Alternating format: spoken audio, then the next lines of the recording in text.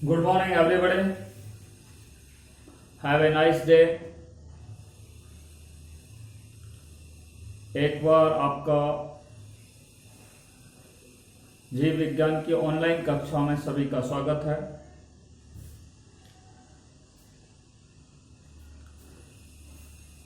हमने आपको अभी तक 4 चैप्टर वनस्पति विज्ञान के पढ़ा चुके हैं।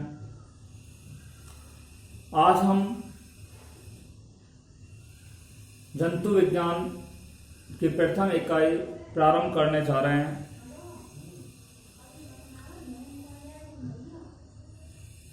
यदि आपको वनस्पति विज्ञान में 1 to 4 चैप्टर्स में किसी भी प्रकार की समस्या हो तो आप कमेंट बॉक्स में जाकर के कमेंट कर सकते हैं। ठीक है,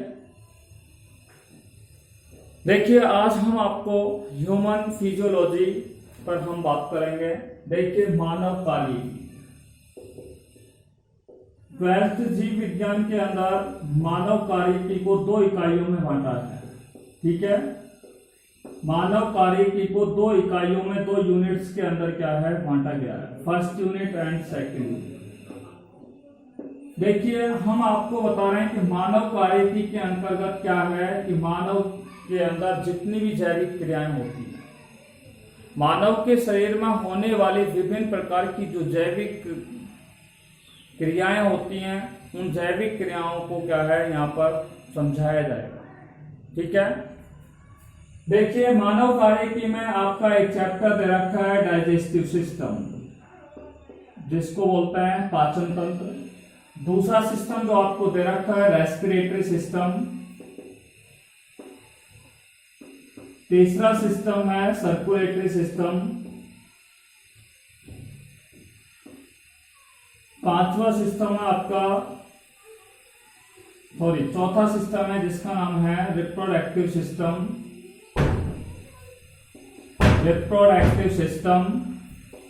नेक्स्ट है excretory system, nervous system. Next आपका दिया हुआ है स्केलेटन सिस्टम, जिसको दिया हुआ है गमन लोकोमोशन स्केलेटन सिस्टम। नेक्स्ट जो सिस्टम आपके दिया गया है वो है इंटीग्यूमेंट्री सिस्टम, जिसको अध्यावरणी तंत्र के नाम से जानते हैं। ठीक है, ये मानव के शरीर में होने वाली विभिन्न प्रकार की क्या है जैविक क्रियाएं, और इन सभी जैविक क्रियाओं को मानव कार्यकी के अंतर्गत इनका अध्ययन किया जाता है। अर्थात मानव के शरीर में ठीक है विभिन्न प्रकार के क्या पाए जाते हैं, तंत्र पाए जाते हैं। उन तंत्रों का हम यहाँ पर अध्ययन करने जा रहे हैं। सबसे पहले हम आपका 22वां चैप्टर है जिसका नाम है डाइजेस्टिव सिस्टम ऑफ ह्यूमन, मानव का पाचन तंत्र। इस पार्ट पर हम आपसे बात करने जा रहे हैं। ठीक है, so dear students, today we are going to discuss about human digestive system.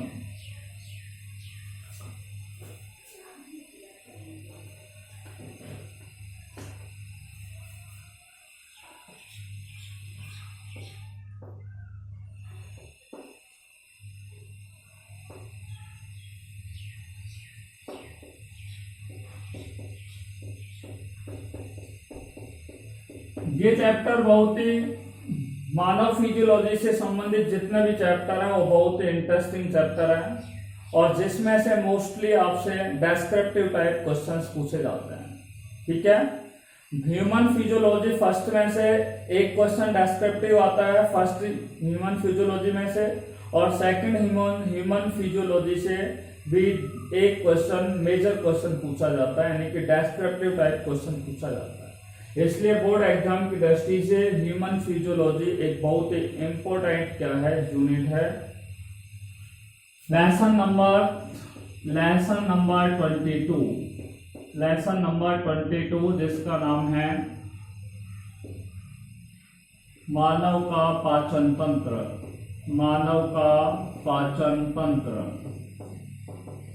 Digestive system of human, digestive system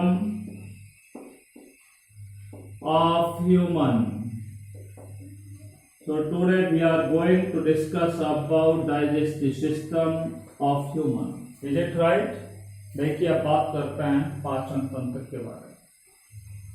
देखिए सबसे पहले हम पाचन की परिभाषा निकालेंगे. ठीक है, पाचन क्या है? What is the meaning of digestion?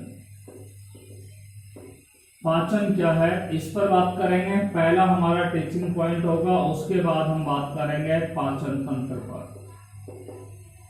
Digestive system पर हम आपसे डिस्कस करेंगे.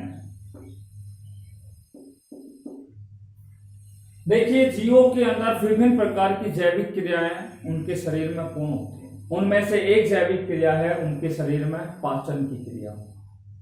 यानी कि मानव के शरीर में पाचन की क्रिया क्या है? एक प्रकार की जैविक क्रिया है. किसी भी जीव को कार्य करने के लिए, ठीक है, या हम कह सकते हैं सभी जीवों को कार्य करने के लिए किसकी आवश्यकता होती है? आवश्यकता किसकी होती है? ऊर्जा की आवश्यकता होती है.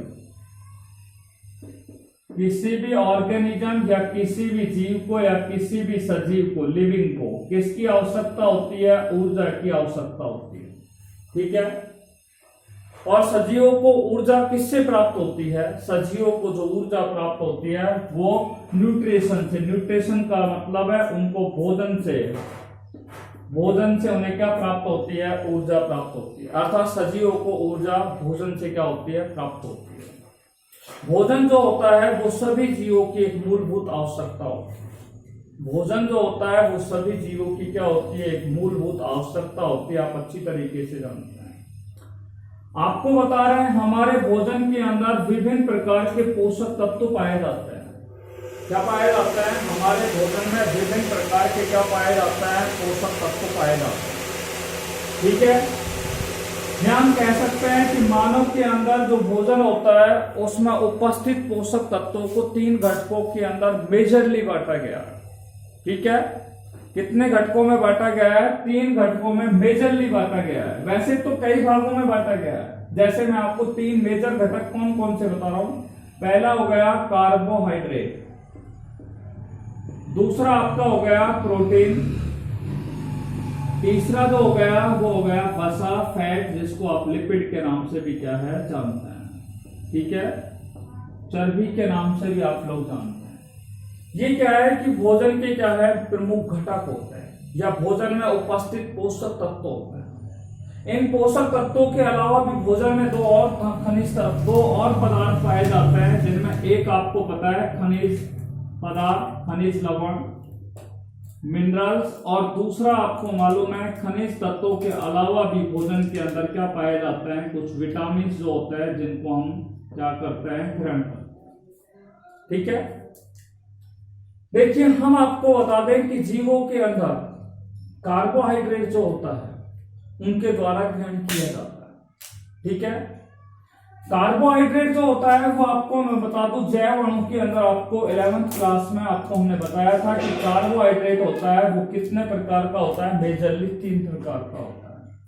पहला होता है मोनोसैकेराइड. मोनोसैकेराइड, ठीक है, मोनो का अर्थ होता है एक, मोनो का अर्थ होता है एक, सैकेराइड का अर्थ होता है शर्करा. शर्करा को बोलते हैं शुगर. ठीक है, अर्थात जिसमें शर्करा का कितना अणु होता है? एक अणु होता है. शर्करा का जिसमें एक अणु होगा वो मोनोसैकेराइड कहलाएगा. डाइसैकेराइड, डाइसैकेराइड, डाई का अर्थ होता है 2, सैकेराइड का अर्थ होता है शर्करा के अणु. जिसमें शर्करा के कितने अणु होते हैं? 2 अणु होते हैं, वो डाइसैकेराइड कहलाता है. देखिए ट्राइसैकेराइड या ट्राइसैकेराइड ने बोले तो इसे हम पॉलीसैकेराइड बोलते हैं. मेजरली मुख्य रूप से इसे पॉलीसैकेराइड बोलते हैं. पॉलीसैकेराइड, ठीक है, पॉली का अर्थ होता है मैनी, सैकेराइड का अर्थ होता है शर्करा. ठीक है, जिसमें शर्करा के कैसे अणु होते हैं? बहुत अधिक होते हैं. शर्करा के जिसमें बहुत अधिक अणु हो वो कहलाते हैं पॉलीसैकेराइड. इसका मतलब है मोनोसेकेराइड जो होते हैं वो सरल प्रकार की शर्कराएं होती हैं, या हम उन्हें सरल प्रकार के क्या बोलते हैं, खाद्य पदार्थ कहते हैं। कौन से पदार्थ कहते हैं? सरल प्रकार के भोज्य पदार्थ या खाद्य पदार्थ कहते हैं। और पॉलीसेकेराइड जो होते हैं वो कैसे होते हैं? जटिल प्रकार के भोज्य पदार्थ होते हैं। जटिल प्रकार के क्या होते हैं? भोज्य पदार्थ। देखिए हम यहाँ पर जो definition, we can find out the definition of digestion, हम यहाँ पर पाचन की परिभाषा निकालने का आपको प्रयास कर रहे हैं कि पाचन की परिभाषा कैसे निकलती है। देखिए मोनोसेकेराइड जो होते हैं वो सरल प्रकार के खाद्य पदार्थ होते हैं। आपको हमने बताया कि कार्बोहाइड्रेट का एक सामान्य सूत्र होता है जिसको आप दर्शाते हैं CH2O, और इस तरीके से, या तो इस तरीके से आप लिख सकते हैं, या कार्बोहाइड्रेट का सामान्य सूत्र आप इस तरीके से भी आप क्या है लिख सकते हैं। ठीक है, देखिए कार्बोहाइड्रेट के रूप में आपको बता दें सबसे सरल प्रकार की जो शर्करा होती है, जैसे हमने CN की वैल्यू कितनी रखी? 3, तो C3H6O3। ठीक है, आपको नामकरण भी आपको हमने लास्ट क्लास में पढ़ाया। C3 का अर्थ होता है 3 को क्या बोलते हैं? ट्राई। ठीक है, और ट्राइज में हम क्या बोल देंगे? यहाँ पे क्या जोड़ेंगे? सुफिक्स जोड़ेंगे। सुफिक्स का जोड़ेंगे ओज, तो नाम हो गया ट्राइओज। ये ट्राइओज शर्करा हो गई। C4 हो गया तो टेट्रोज, C4H8O4, ये क्या हो गया? टेट्रोज। C5H10O5, ये क्या हो गया? पेंटोज। ठीक है, ये हम आपको बताएंगे क्योंकि इसको बताने का एक मकसद है हमारा यहाँ पर ये आपको आगे बताएंगे। यहाँ पर फिलहाल आपको केवल नाम बताकर हम आगे बढ़ रहे हैं। CN की वैल्यू 6 रख दिया तो C6H12O6, इसका मतलब है इसको क्या बोलेंगे? हेक्सोज। हेक्सोज बोल सकते हैं, या इसको क्या आप बोल सकते हैं? ग्लूकोज भी आप इसको बोल सकते हैं। ठीक है, हेक्सोज शर्करा या इसको ग्लूकोज। ये क्या है? पेंटोज शर्करा होती है जो किस में पाई जाती है? DNA के अंदर पाई जाती है। ठीक है, तो आपको पता लग गया है कि ये क्या है? शर्कराएं होती हैं। ठीक है, और सबसे सरल प्रकार की शर्करा आपको बताते हैं हेक्सोज है, ग्लूकोज बोलते हैं जिसको हम। ये भी सरल प्रकार की है, परंतु ये अधिक सरल प्रकार की क्यों है? क्योंकि ये जब सरल पदार्थ होते हैं इनको हमारा शरीर आसानी से क्या कर लेता है? ग्रहण कर लेता है। इसको आसानी से क्या कर लेता है? ग्रहण कर लेता है, अवशोषित कर लेता है। हमारे शरीर की कोशिकाएं इसको इजी गोइंग में क्या कर लेती है? ग्रहण कर लेती है, अवशोषित कर लेती है। इसलिए सबसे सरल प्रकार की, वैसे सरल प्रकार की पेंटोज भी है, टेट्रोज भी है, ट्राइओज भी है। बस समझ आगे, बाकी इस पर हम आगे डिस्कस करेंगे। फिलहाल आप देखिए, तो आपने देखा कि कार्बोहाइड्रेट जो होता है वो 3 प्रकार का होता है। सबसे सरल प्रकार की मोनोसेकेराइड होते हैं, सबसे जटिल प्रकार की कौन सी होती है? पॉलीसेकेराइड होती है। ठीक है, मैं अब आपको यहाँ पे शर्करा का पाचन के बारे में हम यहाँ से बात कर रहे हैं। शर्करा का पाचन पर हम बात कर रहे हैं।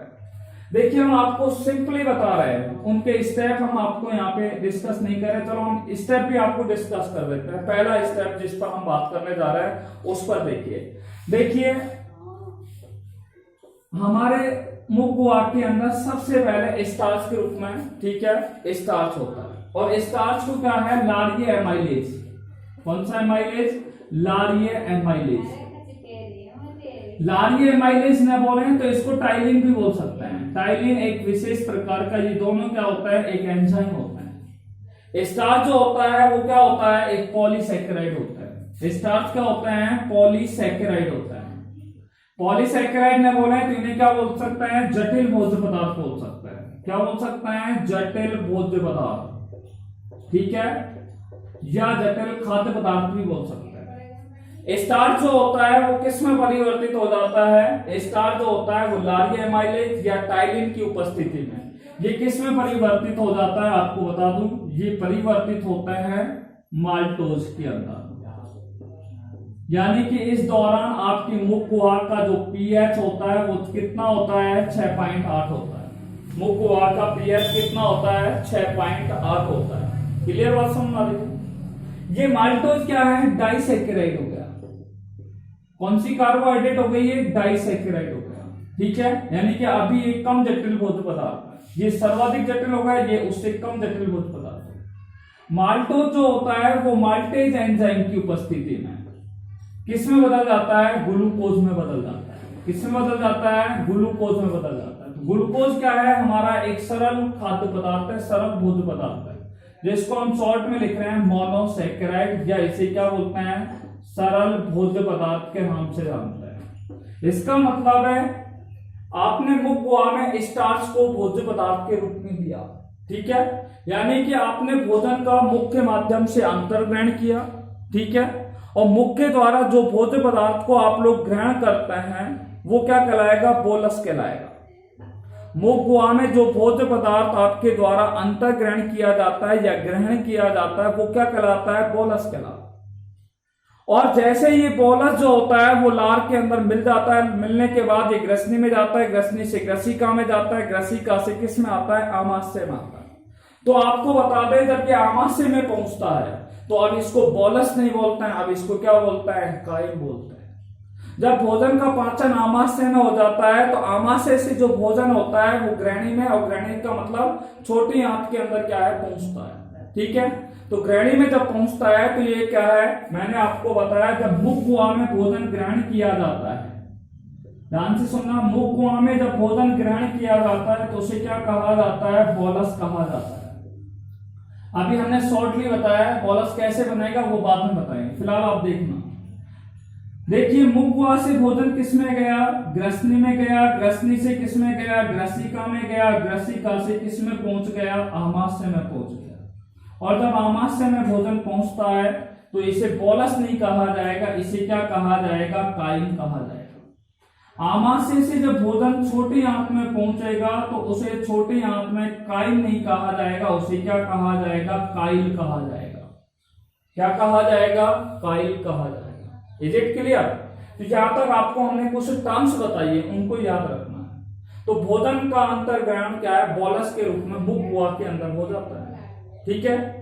और भोजन का जब अंतर्ग्रहण होता है तो वो आपकी जो मुख गुहा होती है उसमें क्या होती है? लार होती है। लार में ये एंजाइम होता है जिसका नाम होता है टाइलिन, ठीक है। ये टाइलिन क्या करता है? जो भोज्य पदार्थ आपने स्टार्च के रूप में ग्रहण किया है, यानी कि एक जटिल पॉलीसैकेराइड को आपने ग्रहण किया है, जटिल भोज्य पदार्थ को ग्रहण किया है, उसको ये क्या है? टाइलिन एंजाइम किस में बदल देता है? सरल भोज्य पदार्थ में क्या करता है? परिवर्तित करता है। आपसे कई कॉम्पिटिटिव एग्जाम्स में ये सवाल पूछा जाता है कि मानव के शरीर में सर्वप्रथम किस भोज्य पदार्थ का पाचन होता है? तो सर्वप्रथम कार्बोहाइड्रेट का क्या होता है? पाचन होता है। और आपसे पूछा जाए कि मानव के शरीर के किस अंग में या किस भाग में, ठीक है, भोजन का पाचन प्रारंभ होता है, तो भोजन का पाचन सर्वप्रथम किस में होता है? मुख गुहा के अंदर होता है। ये दोनों सवाल कई बोर्ड यानी कि कॉम्पिटिटिव एग्जाम्स में आपसे पूछे जा चुके हैं, ठीक है। तो यहाँ पे मैंने आपको दो कॉम्पिटिटिव सवाल भी आपको बता दिए हैं, ठीक है। ये तो हमने आपको कार्बोहाइड्रेट के बारे में बताया। इसी तरीके से हम दूसरा आपको प्रोटीन के बारे में आपसे बात कर रहे हैं। दूसरा आपको देखिए, ये पहला एग्जाम्पल था हमने कार्बोहाइड्रेट का, दूसरा क्या है? प्रोटीन का। देखो प्रोटीन जो होती है इसका पाचन सबसे पहले आंशिक रूप से किसमें होता है? आमाशय में स्टार्ट होता है। किसमें होता है? आमाशय में। और आमाशय के अंदर क्या है कि प्रोटीन जो होता है वो एक जटिल भोज्य पदार्थ होता है। कैसा भोज्य पदार्थ होता है? जटिल भोज्य पदार्थ होता है। ये पेप्सिन जो होता है वो प्रोटीन को प्रोटीओज, पेप्टोन्स तथा पॉलीसैकेराइडों के अंदर क्या कर देता है? परिवर्तित करते हैं। मैंने शॉर्ट में लिखा है यहाँ पे पॉलीसैकेराइड। और उसके पश्चात ये प्रोटीओज, पेप्टोन्स और पॉलीसैकेराइड जो होते हैं इनको ट्रिप्सिन नाम का क्या होता है? एंजाइम होता है, वो इन्हें किस में बदल देता है? आपको बता दूं, ये इनको स्मॉल पॉलीपेप्टाइडों के अंदर डाइपेप्टाइड या ट्राइपेप्टाइडों में बदल देता है। तो इसमें मैंने लिख दिया स्मॉल पॉलीपेप्टाइड या डाइपेप्टाइड, या इसको ट्राइपेप्टाइड के अंदर क्या कर देता है? परिवर्तित कर देता है। और सबसे अंत में ये स्मॉल पॉलीपेप्टाइड जो होते हैं वो किस में चेंज हो जाते हैं? एमिनो अम्लों में चेंज हो जाते हैं। एमिनो अम्ल क्या है? यहाँ पर सरल प्रकार के क्या होते हैं? भोज्य पदार्थ होते हैं। यानी कि आपने देखा कि जटिल भोज्य पदार्थ होता है वो क्या है, विभिन्न प्रकार के क्या है, जल अपघटनी एंजाइम है। इन जल अपघटनी एंजाइमों से क्रिया करने पर ये जटिल भोज्य पदार्थ जो होता है वो सरल भोज्य पदार्थों में क्या हो रहा है, परिवर्तित हो रहा है। यहाँ पे भी आपने देखा कार्बोहाइड्रेट में कि जटिल भोज्य पदार्थ होते हैं वो विभिन्न प्रकार के जल अपघटनी एंजाइमों के माध्यम से किस में बदल जाता है, सरल भोज्य पदार्थों में क्या हो जाता है, परिवर्तित हो जाता है। बात समझ में आ गई? यानी कि यहाँ पे जटिल भोज्य पदार्थ किस में बदल रहा है, सरल भोज्य पदार्थों में विघटित हो रहा है, टूट रहा है, ठीक है, ब्रेक डाउन हो रहा है। यहाँ पे भी जटिल भोज्य पदार्थ किस में ब्रेक डाउन हो रहा है, सरल भोज्य पदार्थों में विघटित हो रहा है, टूट रहा है, अपघटित हो रहा है। ठीक है, एक एग्जांपल और आपको समझा रहे हैं, फिर आपको यहाँ पे परिभाषा निकल के आ चुकी है लगभग। तीसरा एग्जांपल हम आपको वसा का देते हैं। ठीक है, देखिए वसा का एक सिंपल सा एग्जांपल आपको दे रहे हैं, दुग्ध वसा। दुग्ध वसा जो होती है, ठीक है, जो आप लोग दूध पीते हो, तो वो दुग्ध वसा जो होती है, उस दुग्ध वसा के अंदर क्या है, जठरीय लाइपेज एंजाइम, जठरीय लाइपेज एंजाइम होता है। ये जठरीय लाइपेज एंजाइम, ये दुग्ध वसा जो होता है वो एक जटिल भोज्य पदार्थ होता है। कैसा भोज्य पदार्थ होता है, जटिल भोज्य पदार्थ होता है। ये दुग्ध वसा जो होती है वो जठरीय लाइपेज में परिवर्तित होता है, जठरीय लाइपेज एंजाइम की सहायता से किस में बदल जाता है, वसीय अम्लों के अंदर, और किस में बदल जाता है, ग्लिसरॉल के अंदर बदल जाता है। ये सारे कौन से पदार्थ हैं, आपको हमने बता दिया, सरल भोज्य पदार्थ हैं। परिभाषा क्या हुई, देखो तीनों के अंदर जटिल भोज्य पदार्थ है, यहाँ भी जटिल भोज्य पदार्थ है, यहाँ भी जटिल भोज्य पदार्थ है। ठीक है, ये जटिल भोज्य पदार्थ जो होते हैं वो ये क्या है, पाचक एंजाइम है। ठीक है, पाचक एंजाइम नहीं बोले तो इन्हें जल अपघटनी एंजाइम बोल सकते हैं। ये जल अपघटनी एंजाइम इस जटिल भोज्य पदार्थ को किसमें बदल देता है, सरल भोज्य पदार्थ में क्या हो जाता है, परिवर्तित कर देता है। जिस क्रिया को कौन सी क्रिया कहते हैं, पाचन की क्रिया कहते हैं। कौन सी क्रिया कहते हैं, पाचन की क्रिया कहते हैं। पाचन की परिभाषा क्या हुई कि जब जटिल भोज्य पदार्थों को विभिन्न प्रकार के जल अपघटनी एंजाइमों के द्वारा जटिल भोज्य पदार्थों को सरल भोज्य पदार्थों में विघटित कर दिया जाता है, तोड़ दिया जाता है या अपघटित कर दिया जाता है, तो उसे क्या कहते हैं, पाचन की क्रिया कहते हैं। तो पाचन की क्रिया क्या हुई परिभाषा कि जब जटिल भोज्य पदार्थों को जल अपघटनी एंजाइमों के द्वारा सरल भोज्य पदार्थों में विघटित करने की क्रिया को ही क्या कहा जाता है, पाचन कहा जाता है। ये तो हमारी परिभाषा आ गई पाचन की। अब हम बात कर रहे हैं पाचन तंत्र की। ठीक है, तो पाचन तंत्र में आपको बात कर रहे हैं, दूसरी परिभाषा निकाल के दे रहे हैं, लगभग आ चुकी है परिभाषा पाचन तंत्र की। बस यहाँ पे एक बात बतानी है कि जब भोजन का पाचन हो जाता है, तो मैंने अभी आपको यहाँ पे बताया कि ट्राइओज, टेट्रोज, पेंटोज, हेक्सोज, ये तीनों प्रकार की जो मोनोसेक्राइड है ये भी सरल प्रकार की है, पर ये क्या है, इनको हमारे शरीर की जो कोशिकाएं होती हैं वो इनका अवशोषण नहीं कर पाती, इस पोषक रसों को अवशोषित नहीं कर पाती, इसलिए क्या है, एक प्रकार के जटिल भोज्य पदार्थ है। और ये जो हेक्सोज शर्करा होती है या ग्लूकोज होती है, इसको आसानी से इजी गोइंग में क्या कर लेती है, इसको अवशोषित कर लेती है। ठीक है, यानी कि अवशोषण योग्य पदार्थ होता है, और ये अवशोषण योग्य पदार्थ नहीं होते हैं, इसलिए ये भी सरल भोज्य पदार्थ है, परंतु ये सर्वाधिक रूप से क्या है, सरल भोज्य पदार्थ। इसलिए आपने देखा है कि ये सारी क्रियाएं कहां हुई है, मानव के शरीर के अंदर विभिन्न प्रकार के अंगों के माध्यम से हुई है। अंग कौन से हैं, पहला हो गया मुख, मुख के बाद मुखगुआ, ग्रसनी, ग्रसिका, आमाशय, छोटी आंत, बड़ी आंत, और उसके बाद आपको पता है गुदा होता है। तो इनके द्वारा क्या है, यहाँ से मुख से लेकर के गुदा तक जो आपकी संरचना, जिसको आप लोग एलिमेंट्री कैनाल या आहार नल के नाम से जानते हैं, तो यहाँ पे क्या है, पाचन की क्रिया होती है। तो शरीर का वह तंत्र, ध्यान से सुनना, बस परिभाषा जरा संतर है, शरीर का वह तंत्र, कौन सा तंत्र, शरीर का वह तंत्र जिसमें जटिल भोज्य पदार्थ, शरीर का वह तंत्र जिसमें जटिल भोज्य पदार्थों को एंजाइमेटिक जल अपघटन द्वारा, कौन से, एंजाइमेटिक जल अपघटन के द्वारा, एंजाइमेटिक जल अपघटन के द्वारा सरल भोज्य पदार्थ, कौन से भोज्य पदार्थ, सरल भोज्य पदार्थ एवं अवशोषण योग्य पदार्थों में क्या हो जाता है, बदल जाता है, या सरल भोज्य पदार्थों में अपघटित होकर अवशोषण योग्य पदार्थों में क्या हो जाते हैं, बदल जाते हैं, परिवर्तित हो जाते हैं, उसे पाचन तंत्र कहते हैं। एक बार फिर रिपीट कर रहा हूं, पाचन तंत्र की परिभाषा वह तंत्र जिसमें जटिल भोज्य पदार्थों को एंजाइमेटिक जल अपघटन द्वारा सरल भोज्य पदार्थों में अपघटित कर अवशोषण योग्य पदार्थों में परिवर्तित हो जाता है या अवशोषण योग्य पदार्थों में बदल जाता है, उसे क्या कहा जाता है, पाचन तंत्र कहा जाता है। ठीक है, देखिए जब भोज्य पदार्थों का पाचन हो जाता है तो पाचन होने के बाद पोषक रसों का क्या होता है, निर्माण होता है। और ये पोषक रस होते हैं, उनको हमारी आंतों के अंदर जो रसांकुर होते हैं, माइक्रोविलाई होती हैं, वो माइक्रोविलाई क्या करती है, उनको अवशोषित करती है और वहां पर उपस्थित जो रुधिर वाहिनियां होती हैं, उन रुधिर वाहिनियों के माध्यम से उन पोषक रसों को शरीर के विभिन्न भागों में या शरीर की विभिन्न कोशिका ऊतक और अंगों तक उसको क्या है, पहुंचा दिया जाता है, जिसके फलस्वरूप मानव के शरीर की प्रत्येक कोशिका को क्या प्राप्त होती है, ऊर्जा क्या हो जाती है, प्राप्त हो जाती है। ठीक है, और जब ऊर्जा प्राप्त हो जाती है तो मानव इजी गोइंग में अपना क्या कर लेता है, कार्य कर लेता है। ठीक है, यानी कि मनुष्य क्या करता है, कार्य करता है।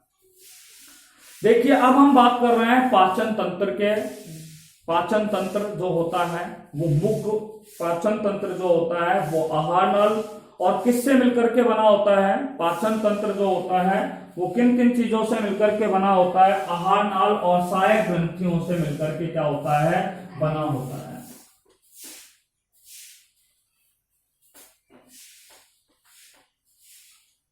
देखिए हम बात कर रहे हैं पाचन तंत्र के ऊपर। पाचन तंत्र जो है वो बता दें, ये दो चीजों से मिलकर के बना होता है। पाचन तंत्र जो होता है वो आहार नाल, पाचन तंत्र जो है आहार नाल से और किससे मिलकर के बना होता है, सहायक पाचक ग्रंथियों से मिलकर के क्या होता है, बना होता है। सहायक पाचक ग्रंथियों से मिलकर के क्या होता है, बना होता है। पाचन तंत्र किन किन से मिलकर के बना होता है, आहार नाल से और सहायक पाचक ग्रंथियों से मिलकर के क्या होता है, बना हुआ होता है। आहार नाल को एलिमेंट्री कैनाल, सहायक पाचक ग्रंथियों को एक्सेसरी डाइजेस्टिव ग्लैंड्स कहते हैं। और ये हम कह सकते हैं when the assemble of alimentary gland and an accessory digestive gland that is known as digestive system। पाचन तंत्र की हम बिल्कुल सिंपल परिभाषा दें तो ये भी बोल सकते हैं क्या कि जब देखिए आहार नाल और सहायक पाचक ग्रंथियों के, आहार नाल एवं सहायक पाचक ग्रंथियों से मिलकर के बने हुए तंत्र को क्या कहा जाता है, पाचन तंत्र कहते हैं।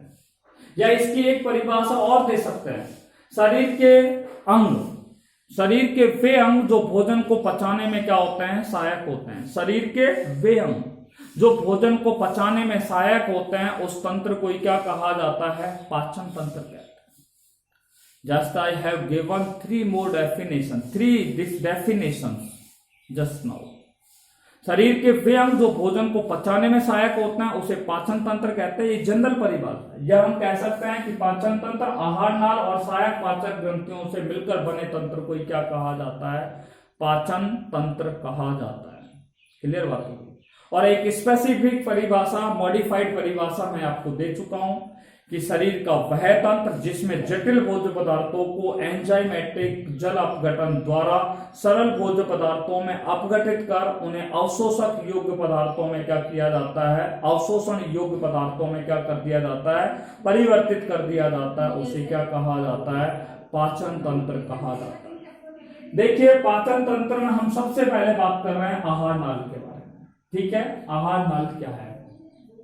देखिए मानव के अंदर जो आहार नाल होती है, ठीक है, मानव के अंदर जो आहार नाल होती है उसका अग्रभाग क्या कहलाता है, मुख कहलाता है। मानव की आहार नाल का जो अग्रभाग होगा, आहार नाल का जो अग्रभाग होगा उसे क्या कहा जाएगा, मुख कहा जाएगा। और आहार नाल का जो पश्च भाग होगा उसे क्या कहा जाएगा, गुदा कहा जाएगा। Is it clear? मानव के आहार नाल का अग्रभाग मुख कहलाता है, पश्च भाग क्या कहलाती है? गुदा कहलाती है।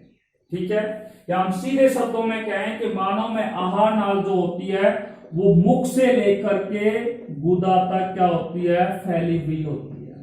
ठीक है, मुख से लेकर के गुदा तक आहार नाल क्या होती है? फैली हुई होती है। क्लियर बात है? देखिए, मानव के अंदर जो आहार नाल होती है वो लंबी होती है।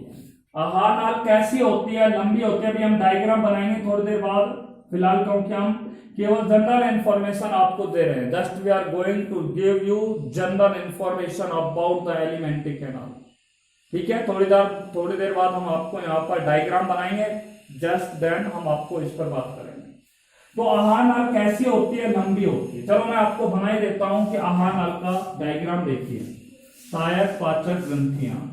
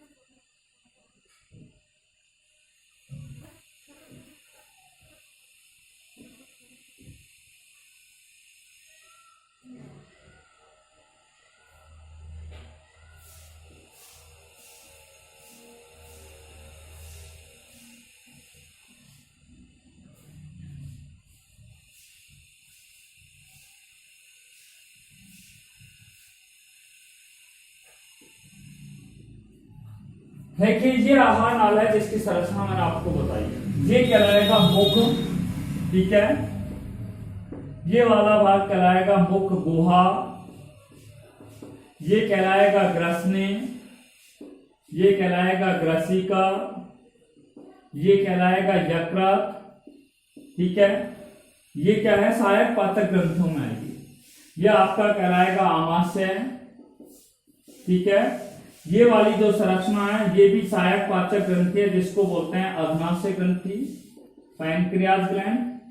ये जो कहलाएगी आपको बता दें, ये बड़ी आंत है, ये अनुप्रस्थ बृहदांत के नाम से जानते हैं। एक को आरोही और दूसरे को किस नाम से जानते हैं? अवरोही। और ये क्या कहलाएगा? गुदा के नाम से क्या है? जाना जाता है। यानी कि ये बड़ी आंत हो गई और ये कौन सी है? छोटी आंत है। ठीक है, तो मैं आपको बोल रहा हूं कि मानव की जो आहार नाल होती है वो कैसी होती है? लंबी होती है। यहां से लेकर के यहां तक, ये मुख से लेकर के गुदा तक आहार नाल क्या होती है? फैली हुई होती है। इसकी लंबाई आपको मैं बता दूं, जीवित अवस्था में जब मनुष्य जीवित होता है तो उस दौरान इस आहार नाल की लंबाई कितनी होती है? 4.5 मीटर होती है। मनुष्य जब जीवित होता है तो आहार नाल की लंबाई 4.5 मीटर होती है। परंतु जब मनुष्य की मृत्यु हो जाती है, मनुष्य की जब मृत्यु हो जाती है तो यही आहार नाल धीरे धीरे अनुशीतलित अवस्था में आ जाती है। अनुशीतलन का अर्थ होता है रेस्टेड पीरियड के अंदर आ जाती है, यानी कि विश्राम अवस्था के अंदर आ जाती है। अनुशीतलित अवस्था में आने पर इसी आहार नाल की लंबाई कितनी हो जाती है? 7 से 8 मीटर हो जाती है।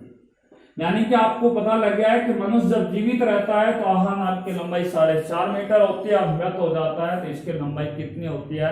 7 से लेकर के 8 मीटर के लगभग हो जाती है। Is it clear?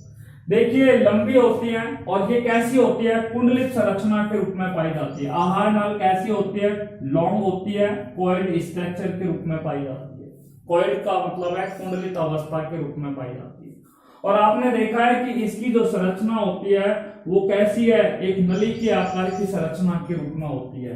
तो आहार नाल की जो संरचना होती है वो कैसी होती है? ट्यूबुलर होती है। ट्यूबुलर का अर्थ होता है नली के आकार की संरचना के रूप में क्या है? पाई जाती है। ठीक है, देखिए ये जो संरचना होती है वो एक पेशीय होती है। ठीक है, कैसी होती है? पेशीय संरचनाओं से मिलकर के क्या होती है? बनी होती है। यानी कि मानव के अंदर मानव की जो आहार नाल होती है वो कैसी होती है, पेशीय होती है, मस्कुलर होती है। हम कह सकते हैं कि alimentary canal of man is long, coiled, tubular and muscular like structure के रूप में क्या होती है, पाई जाती है। ये हमने आपको आहार नाल के बारे में एक सिंपल जानकारी यहाँ पर आपको प्रोवाइड करी। फिलहाल हम आपको यहाँ पर आहार नाल यानी कि पाचन तंत्र को एक आरेख चित्र के द्वारा या एक फ्लो डायग्राम के द्वारा हम यहाँ पर समझाने का प्रयास कर रहे हैं। ठीक है, देखिए आइए, flow diagram of digestive system. पाचन तंत्र को एक फ्लो डायग्राम के द्वारा हम दर्शा रहे हैं, समझा रहे हैं, ताकि आप थोड़ा सा उसको जल्दी से आप समझ जाएं। ठीक है, देखिए हम बात करते हैं आहार नल के बारे में। मानव के अंदर जो आहार नल होती है, ठीक है, आहार नाल जो होती है मैंने आपको बताया उसका अग्रभाग कौन सा कहलाता है, मुख कहलाएगा। ठीक है, मुख के बाद मुख किस में खुलता है, मुख गुहा के अंदर खुलता है, बक्वल कैविटी के अंदर क्या होता है, खुलता है। ठीक है, मुख गुहा के बाद मुख गुहा किस में जाकर के खुलती है, ग्रसनी के अंदर खुलती है। ग्रसनी जो होती है वो किसके अंदर जाकर के खुलती है, ग्रसिका के अंदर खुलती है। देखिए मुख को बोल दिया हमने माउथ, मुख गुहा को बक्वल कैविटी, बक्वल कैविटी, ग्रसनी को बोलते हैं फेरिंक्स, ग्रसिका को बोलते हैं ईसोफेगस। देखिए ग्रसिका के बाद क्या आता है, आमाशय आता है। देखिए आमाशय की जो संरचना होती है वो 3 भागों में बटी होती है, जठरागम, फंडस और जठरनिर्गम। इसको इंग्लिश में बोलते हैं आमाशय को स्टोमक। आमाशय की संरचना जो होती है वो 3 भागों में बटी होती है, जठरागम, फंडस और तीसरा नाम है जठरनिर्गम। ठीक है, यहाँ पे हमने पार्ट ही बता दिए हैं ताकि आप आगे जब हम पढ़ेंगे तो आपको ध्यान रहेगा। आमाशय के बाद आती है आंत। आमाशय के बाद क्या आती हैं, आंतें आती हैं, इंटेस्टाइन जिसको हम बोलते हैं। यहाँ पे आंतें जो होते हैं वो 2 प्रकार की होती है, एक को बोलते हैं क्षुद्रांत या इसको छोटी आंत के नाम से जानते हैं, छोटी आंत, और एक होती है बड़ी आंत जिसको बोलते हैं बृहदात्र के नाम से क्या है, जाना जाता है। किसमें जाना जाता है, बृहदात्र के नाम से क्या है, जाना जाता है। क्लियर बात। देखिए अब छोटी आंत के बाद हम बात कर रहे हैं। देखिए छोटी आंत, बड़ी आंत हो गई, बृहदात्र हो गई, और सबसे अंतिम भाग कहलाएगा गुदा, जिसको बोलते हैं एनस के नाम से जानते हैं। देखिए क्षुद्रांत जो होती है उसके 3 भाग होते हैं, डीजे पे नाचे एमली, डीजे पे नाचे एमली। डी का अर्थ होता है ड्यूडेनम, ड्यूडेनम का अर्थ होता है ग्रैनी, ड्यूडेनम। दूसरा होता है जेजुनम, जेजुनम जिसको बोलते हैं अग्र क्षुद्रांत, और तीसरा है इलियम जिसको बोलते हैं क्षुद्रांत। यानी कि छोटी आंत जो होती है उसके 3 भाग होते हैं, ग्रैनी, अग्र क्षुद्रांत और क्षुद्रांत। शॉर्टली मैंने बोला है डीजे पे नाचे Emily, D for duodenum, J for jejunum, I for ileum. बृहदात्र जो होती है, ठीक है, उसके भी कितने भाग होते हैं, 3 भाग होते हैं, ध्यान से सुनना। सबसे पहला है, इसका भी एक सूत्र है, सीसीआर के नाम से जानते हैं। सीसीआर का पहला नाम है उंडूक, जिसको इंग्लिश में बोलते हैं सीकम, सीकम। दूसरा जो नाम होता है उसे कहा जाता है बृहदात्र, बृहदात्र जिसको बोलते हैं कोलन के नाम से जानते हैं। और तीसरा जो नाम है उसका नाम है मलाशय, जिसको बोलते हैं रेक्टम के नाम से क्या है, जाना जाता है। ठीक है, देखिए ये तो हमारी हो गई आहार नल। ठीक है, ये हमारी क्या हो गई है, आहार नाल हो गई। यानी कि यहाँ पे मुख से लेकर के और गुदा तक क्या है, आहार नाल फैली हुई होती है। ठीक है, ये आहार नाल का अग्र सिरा होता है, ये आहार नाल का कौन सा सिरा होता है, पश्च सिरा होता है। क्लियर बात होती है। अब मैं बात कर रहा हूं सहायक पाचक ग्रंथियों के बारे में। देखिए आपके 12th स्टैंडर्ड के अनुसार मैं आपको बता रहा हूं, यहाँ पर केवल सहायक पाचक ग्रंथियां यहाँ पर आपको 3 बताई गई है। पहले आप जानते हो जो मुख गुहा में होती हैं, ठीक है, जिनको बोलते हैं लार ग्रंथियों के नाम से जानते हैं। लार ग्रंथियां 3 प्रकार की होती है, पैरोटिड, ठीक है, सबमैंडिबुलर और सबलिंगुलर। इस तरीके से 3 प्रकार की क्या पाई जाती है, लार ग्रंथियां पाई जाती है। दूसरी होती है यकृत, जिसको हीपर के नाम से भी क्या है जाना जाता है। यकृत को लीवर या हीपर के नाम से भी क्या है जाना जाता है। यकृत या हीपर या इसे लीवर के नाम से भी जाना जाता है। और तीसरी ग्रंथि का नाम है अग्नाशय ग्रंथि। ये सहायक पाचक ग्रंथियां हैं। ये सहायक पाचक ग्रंथियों के द्वारा कुछ विशेष प्रकार के पाचक पदार्थों का, पाचक रसों का क्या किया जाता है, श्रावण किया जाता है, जो पाचन की क्रिया में क्या होता है, सहायक होता है। तो ये हमने आपको क्या बताया है, पाचन तंत्र का फ्लो डायग्राम। ये इसलिए बताया है क्योंकि हम यहाँ से अब क्रम से आपको यहाँ पर क्या है पढ़ाते जाएंगे। किसके बारे में, आहार नाल के बारे में। क्योंकि आहार नाल में आपको बता चुका हूं कि मानव के अंदर आहार नाल कैसी होती है, लंबी होती है, कुंडलित होती है, कैसी होती है, नली के आकार की होती है और पेशीय संरचना के रूप में पाई जाती है। जीवित अवस्था में लंबाई मैंने आपको बता दी, इसकी लंबाई 4.5 मीटर के लगभग होती है। मृत्यु होने पर इसकी लंबाई कितनी हो जाती है, लगभग 7 से 8 मीटर के लगभग हो जाती है। क्यों हो जाती है, मैंने आपको बताया, क्योंकि मृत्यु होने पर आहार नाल अनुशीतलित अवस्था में आ जाती है। देखिए आज हम जो बात करते हैं वो मानव की आहार नाल का फर्स्ट बिंदु है, जिस पर हम आपसे बात करने जा रहे हैं, ठीक है। फर्स्ट बिंदु का नाम है मुख के ऊपर हम आपसे बात करेंगे। केवल आज हम मुख पे ही हम लगभग बात कर पाएंगे, ठीक है। रह जाएगा तो हम नेक्स्ट वीडियो में या नेक्स्ट क्लास में आपको मुख के ऊपर क्या करेंगे, चर्चा करेंगे। Is it right. देखिए तो आइए हम क्या बात करते हैं, मुख के ऊपर क्या करने जा रहे हैं, बात करने जा रहे हैं।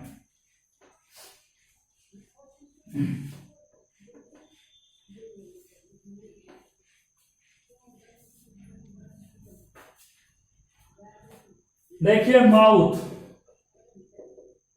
मुख, जिसको हम बोलते हैं माउथ। Is it right. देखिए भैया मुख क्या है। मानव के अंदर जो मुख होता है, ठीक है, वो ऊपरी और निचला ओष्ठ से क्या होता है, घिरा हुआ होता है। मानव के अंदर जो मुख होता है वो ऊपरी ओष्ठ और निचला ओष्ठ दोनों से क्या होता है, घिरा हुआ होता है। अपर लिप और लोअर लिप। मानव के अंदर जो मुख होता है वो ऊपरी ओष्ठ और निचला ओष्ठ से क्या होता है, घिरा हुआ होता है, ठीक है। इसकी जो संरचना होती है वो एक दरार नुमा संरचना होती है। कैसी होती है, इस तरीके से एक दरार नुमा संरचना के रूप में पाई जाती है। किस रूप में पाई जाती है, दरार नुमा संरचना के रूप में पाई जाती है।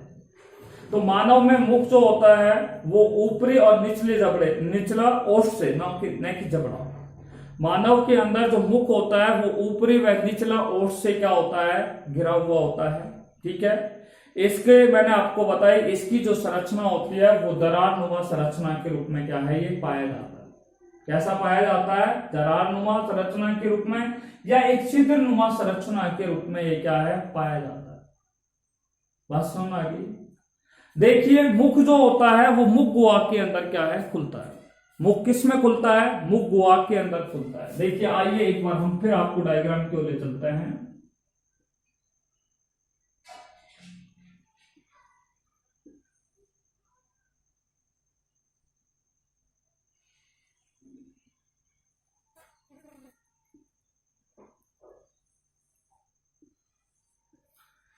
इस तरीके से ये क्या हो गया, हमारा मुख हो गया। ये वाली जो भाग है इसको क्या कहा जाएगा, मुख कहा जाता है। और ये ऊपरी जबड़ा होता है, अपर जो के नाम से जानते हैं, अपर लिप। और ये क्या कहलाएगा, लोअर लिप, ठीक है।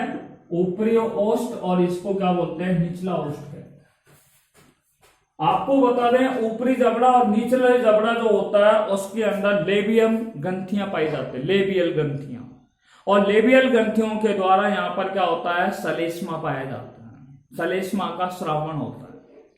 लेबियल ग्रंथियां पाई जाती हैं अपर लिप और लोअर लिप में। जहां पर लेबियल ग्रंथियां पाई जाती हैं, और लेबियल जो ग्रंथियां होते हैं उनसे श्लेष्मा का क्या किया जाता है, श्रावण किया जाता है। पर आपके ये सिलेबस में नहीं, मैंने जस्ट आपको नॉलेज के लिए बता दिया है।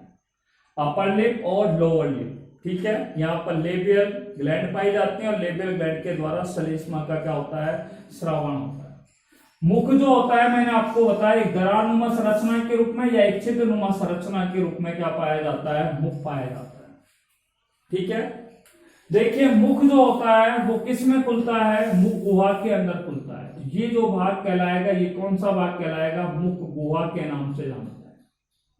किस नाम से जानते हैं, मुख गुहा के नाम से जानते हैं। तो मुख किस में खुल गया भैया, मुख गुहा के अंदर क्या है, खुल गया है, मुख गुहा के अंदर, ठीक है। इंग्लिश में बोलते हैं बक्वल कैविटी के नाम से इसे जाना जाता है। मुख गुहा में क्या हो जाता है, खुल जाता है। मुख जब मुख गुहा में खुल गया तो यहां पर आपको बता दूं मुख गुहा की जो संरचना होती है उसके कई भाग होते हैं। मेजरली आपको मैं बता दूं कुछ किताबों में 3 भाग दिए हुए हैं, कुछ में आपको क्या है 4 भाग दिए गए हैं।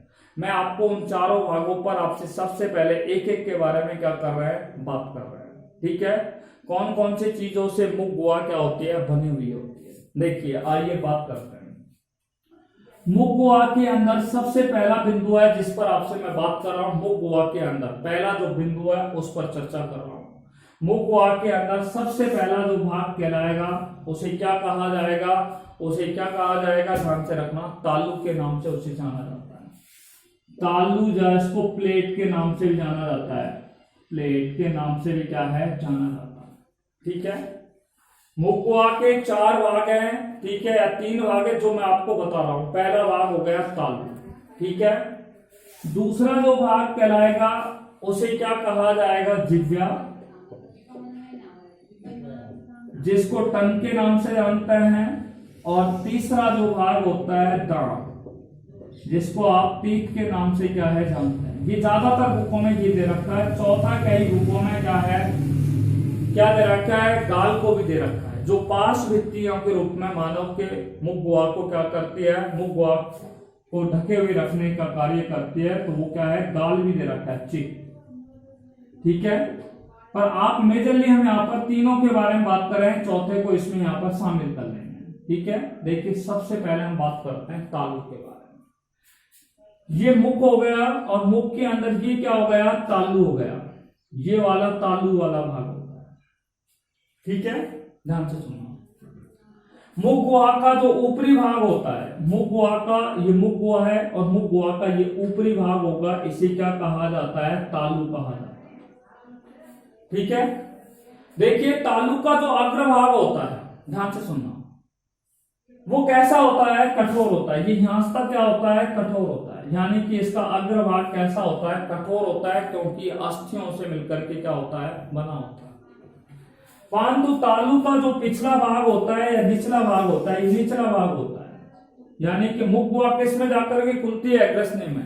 तो ग्रसनी से पूर्व वाला जो भाग होता है उसकी बात कर रहा हूं, ठीक है। तो यहां पर ये कैसा होता है, मुलायम होता है, कोमल होता है, जिसको हम सॉफ्ट प्लेट के नाम से जानते हैं। यानी कि तालु के कितने प्रकार होता है, 2 प्रकार होते हैं। मुख गुहा का ऊपरी भाग तालु कहलाता है। तालु के कितने भाग होते हैं, 2 भाग होता है। एक का नाम है ऊपरी तालु, ठीक है, कौन सा तालु बोलते हैं, ऊपरी तालु, या इसे अग्र तालु बोलते हैं। दूसरा होता है निचला तालु, जिसको क्या बोलते हैं, कोमल तालु या कोमल तालु के नाम से भी जाना जाता है। यानी कि मुख गुहा का पश्च भाग जो होता है वो कहलाएगा। ऊपरी तालु मुख गुहा का ज्यादातर अग्रभाग होता है। निचला तालु जो होता है वो मुख गुहा का कौन सा भाग होता है, पश्च भाग होता है। ऊपरी तालु जो होता है वो कठोर होता है, क्योंकि वो अस्थियों से बना होता है। जबकि निचला तालु जो होता है वो संयोजी ऊतकों से मिलकर के क्या होता है, बना होता है। यानी कि हम बता दें कि तालु जो होता है वो कठोर होता है और कैसा होता है, मुलायम प्रकार का भी होता है। तो मुख गुहा में 2 प्रकार के तालु पाए जाते हैं, कठोर तालु और दूसरा कौन सा पाया जाता है, निम्न प्रकार यानी कि कोमल प्रकार का तालु पाया जाता है। कठोर तालु तो इसलिए होता है क्योंकि वो हड्डियों से बना होता है। निचला तालु जो होता है वो संयोजी ऊतकों से मिलकर के बना होता है, इसलिए वो कैसा होता है, कोमल होता है। देखिए ये तालु हो गया। इन तालुओं की साइड में ये वाला जो भाग दिखा रहा है, ठीक है, तो इस मुख गुहा के पास में क्या पाई जाती हैं? भित्तियां पाई जाती हैं। मुख गुहा के पास में जो भित्तियां पाई जाती हैं उन्हें क्या कहा जाता है? गाल कहा जाता है, चिक कहा जाता है। ठीक है, क्या कहा जाता है? गाल कहा जाता है। बात समझ आ गई? मुख गुहा का जो अधर तल होता है, ये मुख गुहा है और इसका ये भाग कहलाएगा अधर तल। मुख गुहा का ये भाग क्या कहलाएगा? अधर तल के नाम से जाना जाएगा। ठीक है, और मुख गुहा का जो अधर तल होती है उस पर क्या पाई जाती है? जीभ पाई जाती है। ठीक है, मुख गुहा का ये अधर तल है, इस अधर तल पर क्या पाई जाती है? इस प्रकार की क्या पाई जाती है? जीभ पाई जाती है। देखिए मैं जीभ की संरचना आपको यहाँ पे बना के दिखा रहा हूं। ये क्या है? इस तरीके से क्या होती है? जीभ की संरचना होती है। ठीक है, मुख गुहा के अंदर क्या पाई जाती है? जीभ पाई जाती है, जिह्वा पाई जाती है, टंग पाई जाती है। ठीक है, जिह्वा का एक सिरा कैसा होता है? बिल्कुल स्वतंत्र होता है। जीभ जो होती है वो ऊपर नीचे होती है, क्योंकि उसका एक सिरा कैसा होता है? स्वतंत्र होता है। और दूसरा सिरा जो होता है वो क्या होता है? अधर सतह से क्या होता है? यहां से जुड़ा होता है।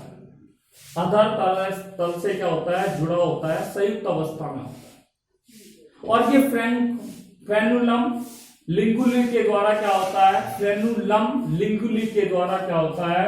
ये जिह्वा जो होती है वो मुख गुहा के अधर तल से क्या होती है? जुड़ी हुई है। जीभ जो होती है उस पर क्या पाई जाती है? स्वाद कलिकाएं पाई जाती है। जीभ जो होती है उस पर क्या पाई जाती है? स्वाद कलिकाएं पाई जाती है, जिनसे क्या है कि मनुष्य को भोजन के स्वाद के बारे में क्या प्राप्त होता है? ज्ञान होता है, या भोजन के स्वाद का ज्ञान क्या होता है? उन्हें ज्ञान प्राप्त होता है, या भोजन के स्वाद के बारे में उन्हें अनुभव होता है, या उनके स्वाद के बारे में क्या होता है?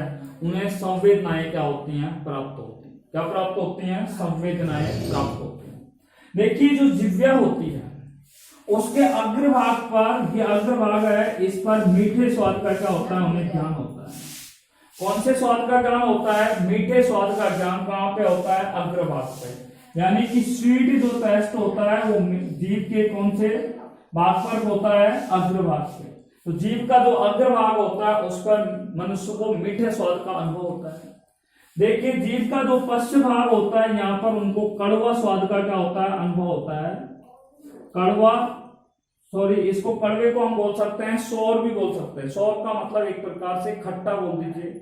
यानी कि कड़वा जो स्वाद होता है या खट्टा जो स्वाद होता है वो यहाँ पर इनको क्या है? प्राप्त होता है। ये स्वीट और यहाँ पे क्या है? सौर। यानी कि अग्रभाग पर, जीभ के अग्रभाग पर मीठा स्वाद होता है, पश्चिम भाग पर कौन सा होता है?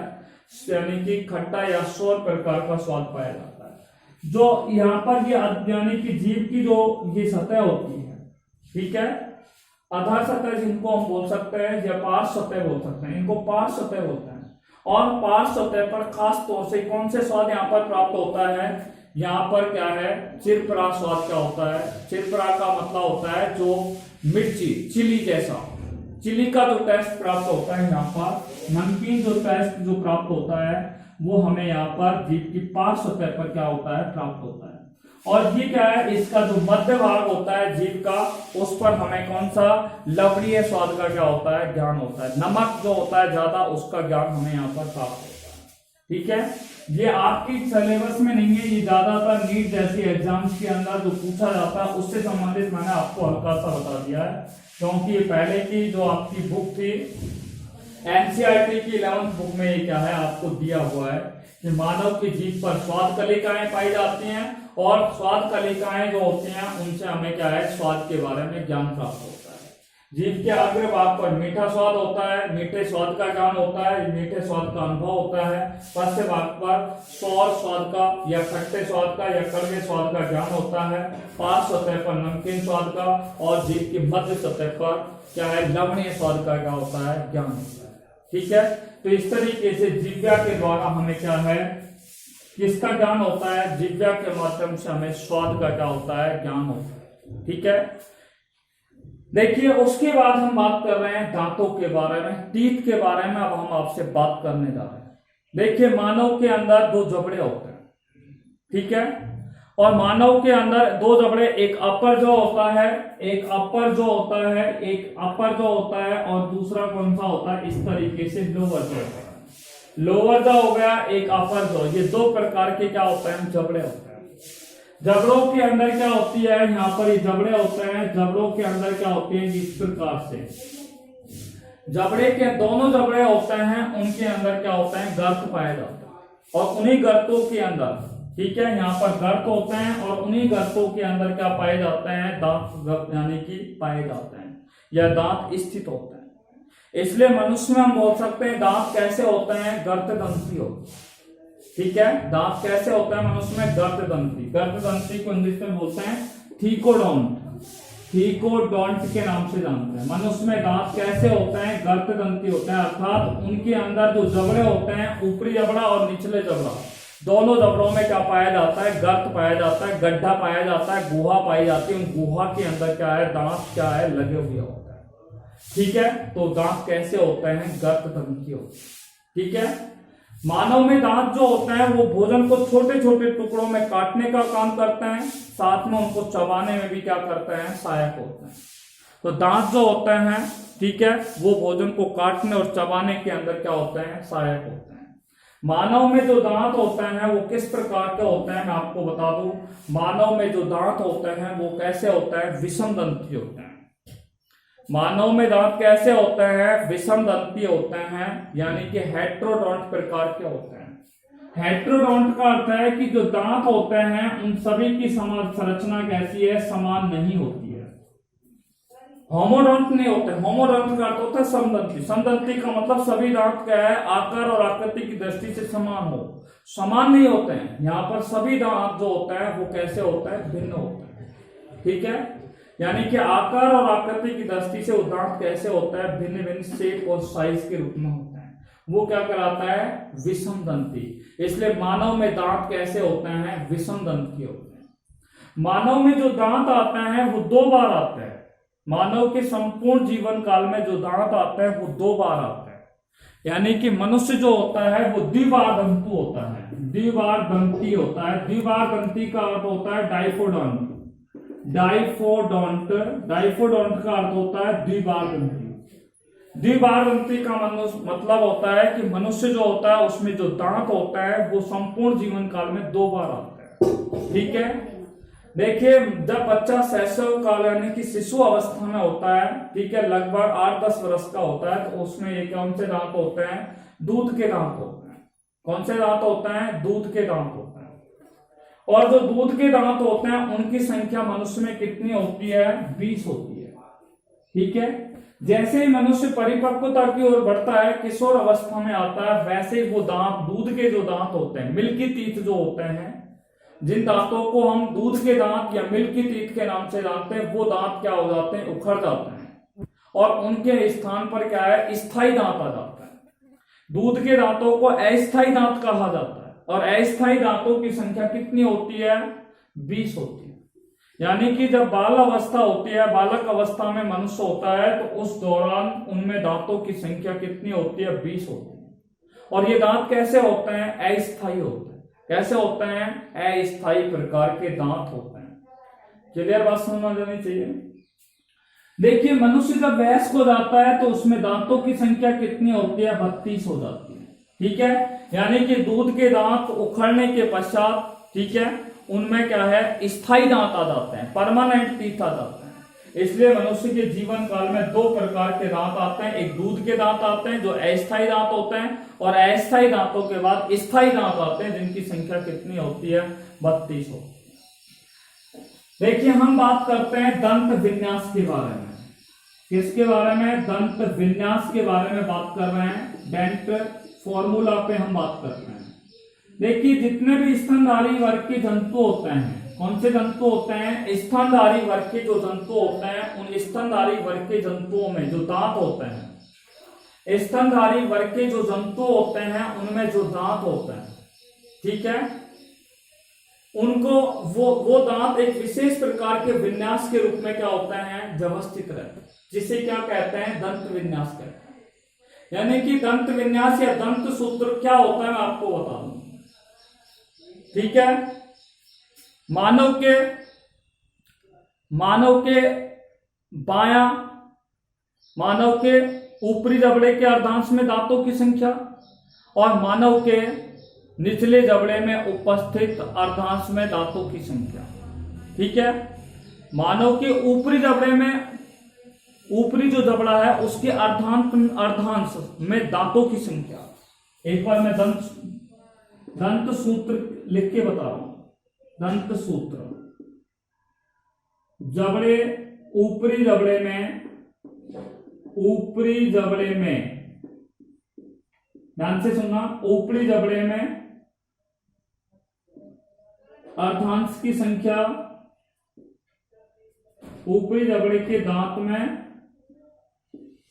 ऊपरी जबड़े के अर्धांश में, ऊपरी जबड़े के अर्धांश में दांतों की संख्या बटे निचले जबड़े में, निचले जबड़े के अर्धांश में दांतों की संख्या गुणा तो ऊपरी जबड़े के अर्धांश में दांतों की संख्या। मान लीजिए ये किसी व्यक्ति का ऊपरी जबड़ा है, तो ये ऊपरी जबड़ा का अर्धांश, अर्धांश का मतलब ये आधा जबड़ा, और उस आधे जबड़े में दांतों की संख्या। ठीक है, बटे निचले जबड़े के अर्धांश, मान लीजिए ये निचला जबड़ा हो गया और इस निचले जबड़े का ये अर्धांश हो गया, इस निचले जबड़े के अर्धांश में दांतों की संख्या गुणा दो इसलिए कि क्योंकि एक जबड़ा है उसको हमने आधा कर दिया है। अगर दोगुना कर देंगे, मान लीजिए यहाँ पे 2 है, तो इसको अगर 2 से गुणा कर देंगे तो जितने 2 दांत यहाँ पे तो 2 ही दांत यहाँ पे होंगे। ठीक है, तो मान लीजिए जैसे छोटे बालक में आधे जबड़े में 10 दांत है, तो दूसरे जबड़े में भी कितने हो जाएंगे, 20 दांत हो जाएंगे। ठीक है, तो इस तरीके से क्या है, दांतों की संख्या पाई जाती है। देखिए, मनुष्य में जो दांत होते हैं वो 4 प्रकार के होते हैं। मनुष्य में दांत कितने प्रकार के होते हैं, 4 प्रकार के होते हैं। फिलहाल आपको हम नाम बता करके यहाँ पे छोड़े जा रहे हैं। ठीक है, और उनका सूत्र बता करके जा रहे हैं। देखिए, इसका एक सूत्र है ICPM मनमोहन सिंह। ठीक है,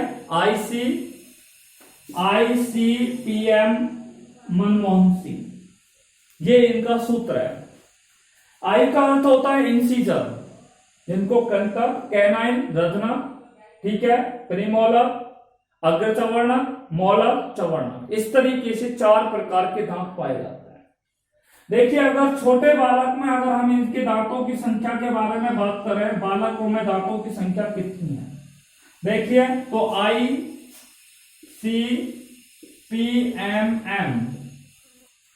इंसीजर दांतों की संख्या है 2/2। ठीक है, कैनाइन दांतों की संख्या कितनी होती है, 1/1, 0/0, और मोलरों की संख्या कितनी है, 2/2 बराबर। आप देखिए, ठीक है, इन्हीं संख्या को हम 2 से गुणा कर देंगे। देखो, आप देखिए, 2 और 1 3 और 2 5, 5 दूनी 10, यानी कि ऊपरी जबड़े में दांतों की संख्या कितनी हो गई, 10। ऐसे देखिए, 2 और 1 3 और 2 5, 5 को कितना से गुणा कर दिया, 2 से, तो 5 दूनी 10, यानी कि ऊपरी जबड़े में भी 10 दांत होते हैं छोटे बच्चों में, और निचले जबड़े में भी दांतों की संख्या कितनी होती है, 10, और टोटल मिलाकर के दांतों की संख्या छोटे बच्चों में कितनी होती है, 20 होती है। ठीक है, यानी कि 2102/2102, ये सूत्र आपको याद रखना है। सूत्र आपको हो गया इंसीजर, कैनाइन, प्रीमोलर और मोलर। इस तरीके से 4 प्रकार के दांत मनुष्य के अंदर क्या है, पाए जाते हैं। देखिए, अब मैं, ये तो है अस्थायी प्रकार के दांत। अब मैं बात कर रहा हूं एक वयस्क मनुष्य में दांतों की संख्या। देखिए, वयस्क मनुष्य में दांतों की संख्या का हम सूत्र बता रहे हैं। इंसीजर दांतों की संख्या 2 होती है, कैनाइन दांतों की संख्या कितनी होती है, 1। ठीक है, प्रीमोलर दांतों की संख्या कितनी होती है, 2/2, और मोलर तीतों की संख्या कितनी होती है, 3/3। देखिए, आपको गिन के बता, 2 और 1 3, 2 5 और 3 8, क्या है, ऊपरी जबड़े के अर्धांश में दांतों की संख्या, यानी कि ऊपरी जबड़ा जो आधा जबड़ा है, ऊपरी आधा जबड़े में दांतों की संख्या 8 हो गई, तो पूरे जबड़े में दांतों की संख्या प्राप्त करेंगे तो 2 से गुणा कर देंगे, तो टोटल कितनी हो गई, 16। ऐसे निचले जबड़े में देखिए, 2 और 1 3, 2 5 और 3 8, आधे जबड़े में निचला जो जबड़ा है उसमें आधे जबड़े में दांतों की संख्या 8 हो गई, उसको 2 से गुणा करेंगे तो कितने हो गए 16। 16 ऊपरी जबड़े में होते हैं, 16 नीचे होते हैं, इसलिए एक वयस्क मनुष्य में दांतों की संख्या कितनी होती है 32 होती है। ठीक है, तो एक बालक के अंदर दांतों की संख्या 20 होती है और एक वयस्क मनुष्य में दांतों की संख्या कितनी होती है 32 होती है। इसका सूत्र अगर देखें तो मैंने आपको बोल दिया ICPMM, तो सूत्र मैंने बताया 2123 बटे 2123, 2 आगे है तो इंसीजर हो गया याद रखने के लिए, 1 आ गया तो कैनाइन हो गया, 2 आ गया तो प्रीमोलर और ये 3 आ गया तो मोलर। इसको हम क्रम से क्या करेंगे याद करेंगे। ठीक है, देखिए यदि आपको पाचन से संबंधित कोई समस्या हो तो कमेंट बॉक्स में जाकर के आप हमें कमेंट कर सकते हैं, या फिर आपको कोई प्रॉब्लम है तो आप क्या है हमें क्या भेज सकते हैं, हमें अपने मोबाइल से कॉल करके हमसे जो भी जानकारी जानना चाहते हैं या पूछना चाहते हैं या अपनी जो भी प्रॉब्लम पूछना चाहते हैं वो हम आपको तुरंत इमीडिएटली क्या करेंगे हल करेंगे। Thank you very much.